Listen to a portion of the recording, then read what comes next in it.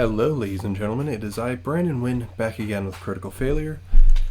And just a little update before we really get into the lore videos. But sadly, I didn't have internet for about 2 weeks, and my game didn't exactly happen last week. So we're going to be episode kind of down. So it's going to be lore videos for about a week. And then when I film my episode next week, I'm going to be putting that out that next Monday.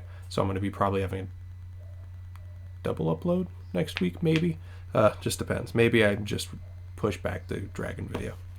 But just want to let you guys know, if you guys watch the Hobgoblin campaign, now that that's over with, going to be getting into the dragon lore. We're on the red dragon, which everyone thinks is, well, apparently it's the strongest one. Personally, I usually just put it to whatever dragon I prefer in that moment being stronger. Like, not one is inherently stronger than the other, mainly in my opinion, but apparently red's usually the strongest. Anyway, these guys are like the tyrants. It's kind of weird. Every one of them already has that ego and is fine with taking, like, prisoners, slaves and stuff like that. But these guys are like the ones that want to be like the king of dragons and stuff like that. Like they want to be worshipped and shit. So I'm going to get into the lore, which hopefully there's not much, which actually no, it's 1 page instead of 2. So that's really nice. But I'm going to get into the lore and then go straight into the ancient red dragon. The most covetous of the true dragons, red dragons tirelessly seek to increase their treasure hoards. They're exceptionally vain, even for dragons, and their conceit is reflected in their proud bearing and disdain for other creatures.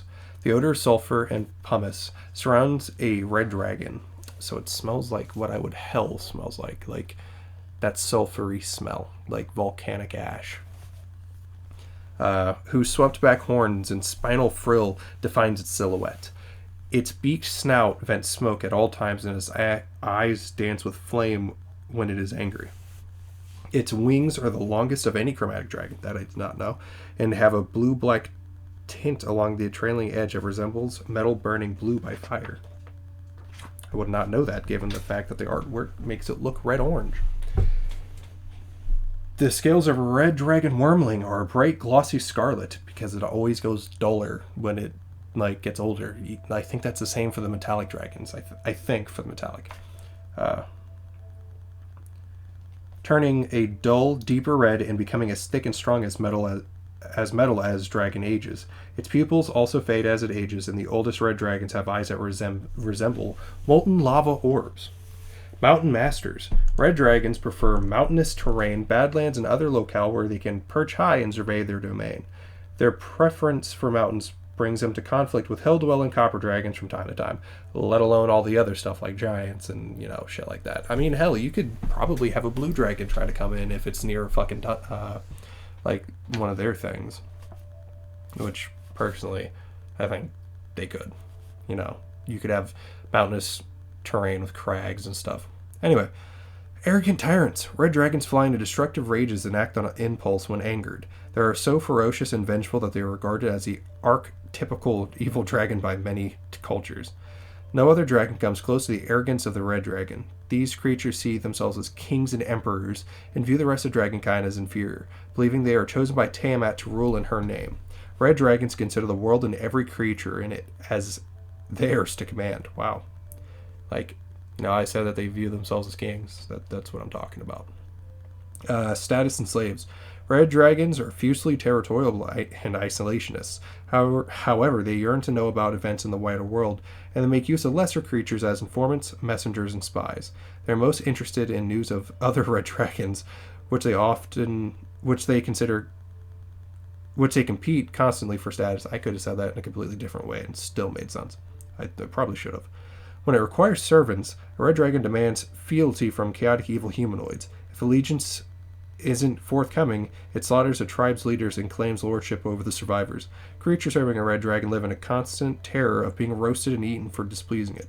They spend most of their time fawning over the creature in an attempt to stay alive. Now I want to try and make a character whose entire thing is he's sworn to a red dragon and he lives by just that's his entire thing and tries to please Red Dragon. I feel like that'd be a pretty cool like character concept.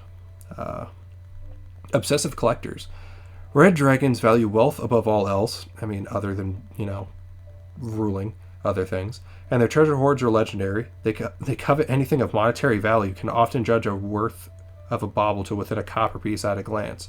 A red dragon has a special affection for treasure claimed from powerful enemies it has slain, exhibiting that treasure, I'm really bad at reading, to prove its superiority.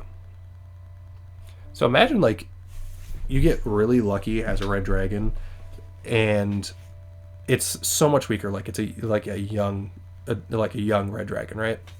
It's not a wormling, it's not an adult one, just a young red dragon. And you just happen across a fight, and there's like this powerful wizard, and he's finally getting about to die, and you come in, kill him at the last second, and then just steal his treasure real quick, and then fuck off. And it's just like, you take its magic items, and then you're just flaunting it to your other little like wormling friends, even though they probably wouldn't have friends. I just think that's really funny to think about. It's like, haha, look what I got, this staff of teleportation and, I don't fucking know, like other plane fucking dimension ending abilities where it's like, I can just destroy Avernus. Like that type of level shit. That'd be pretty funny. And it doesn't even know how to use it. That'd be even better. A red dragon knows the value and provenance, I think that's a word, provenance of every item in its hoard, along with each item's exact location. It might notice the absence of a single coin, igniting its rage as it tracks down and slays a thief without mercy. If the thief can't be found, the dragon goes on a rampage, laying waste to towns and villages in an attempt to sate its wrath. I really want to see that happen with a singular copper coin. And then, like, when it comes back, it's just its entire hoard is stolen. And it's just like, was this worth it for a singular copper coin? And then he goes to find the rest of its hoard. And, yeah. That sounds like some BBEG shit. That, like, the entire purpose was because someone stole a singular copper coin from it. I'm going to do that now. A red dragon's lair. Red dragons' lairs... they lair in high mountains or hills, dwelling in caverns under snow-capped peaks, or within the deep halls of abandoned mines and dwarven strongholds. I think it would be really cool if dwarves and a red dragon found a way to coexist. To, like, it makes, like, they make it magic items and help increase its, like, hoard. And, it heats up the, like, lava for their furnaces and shit. I think that'd be pretty cool. Caves with volcanic or geothermal activity are the most highly prized red dragon lairs, creating hazards that hinder intruders and letting searing heat and volcanic gases wash over a dragon as it sleeps. With its hoard well protected deep within the lair, a red dragon spends as much of its time outside the mountain as in. For a red dragon, the great heights of the world are the throne from which it can look out to survey all it controls, and the wider world it seeks to control. Throughout the lair complex, servants erect monuments to the dragon's power, telling the grim story of its life, its enemies it has slain, and the nation it has conquered. That is, like, really, like... How do I put that? That's... conceited. It is conceited. Lair actions. On initiative count 20, losing initiative ties, the dragon takes a lair action to cause one of the following effects. The dragon can't use the same effect 2 times in a row, blah, blah, blah. Magma erupts from a point on the ground the dragon can see within 120 feet of it, creating a 20-foot high, 5-foot radius geyser. Each creature in the geyser's area must make a DC 15 Dex saving throw, taking 21 average, 66 fire damage on a failed save, or half as much on a successful one, because, that's how that works. A tremor shakes a lair in a 60-foot radius around the dragon. Each creature other than the dragon on the ground in that area must succeed on a DC 15 Dex saving throw or be knocked prone. Volcanic gases form a cloud in a 20-foot radius sphere centered on a point that the dragon can see within 120 feet of it, so I would assume a singular point. The sphere spreads around corners, and its area is lightly obscured. It lasts until initiative count 20 on the next round. Each creature that starts must make a DC 13 con saving throw or be poisoned until the end of the next turn. While poisoned this way, the creature is incapacitated.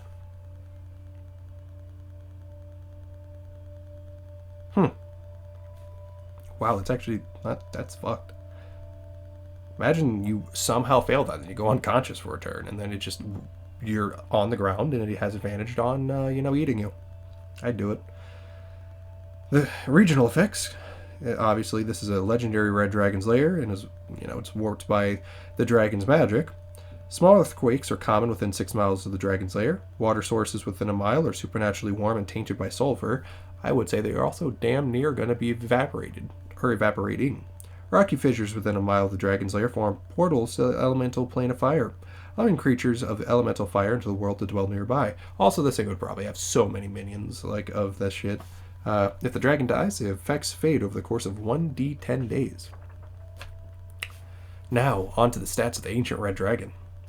It's a gargantuan dragon, chaotic evil, AC, natural armor of 22, 546 HP, holy shit, 28 d20 plus 252. Speed of 40 feet, climb of 40 feet, and a flight speed of 80 feet. Has a 30 strength plus 10, dex of 10, 0, con of 29 plus 9, intelligence of 18 plus 4, wisdom of 15 plus 2, and a charisma of 23 plus 6. Its saving throws are dex plus 7, con plus 16, wisdom plus 9, charisma of 13, meaning that's a plus 7 to proficiency bonus. Its proficient skills are perception and stealth, which are 16 and 7. It's immune to fire. It has blind sight up to 60 feet, dark vision up to 120 feet, and a passive perception of 26. It speaks Common and Draconic. I would assume that it speaks more than that.